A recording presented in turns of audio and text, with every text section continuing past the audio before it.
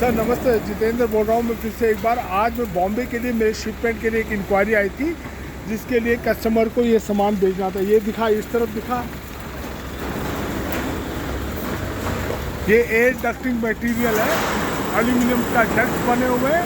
हल्का माल है लेकिन वॉल्यूम ज़्यादा है, तो बड़ी गाड़ी लगेगी। लेकिन कस्टमर ने जैसे उनको मालूम पड़ा कि मैं ट्रांसपोर्ट सर्विस देता हूँ, तो उन्होंने बुलाया।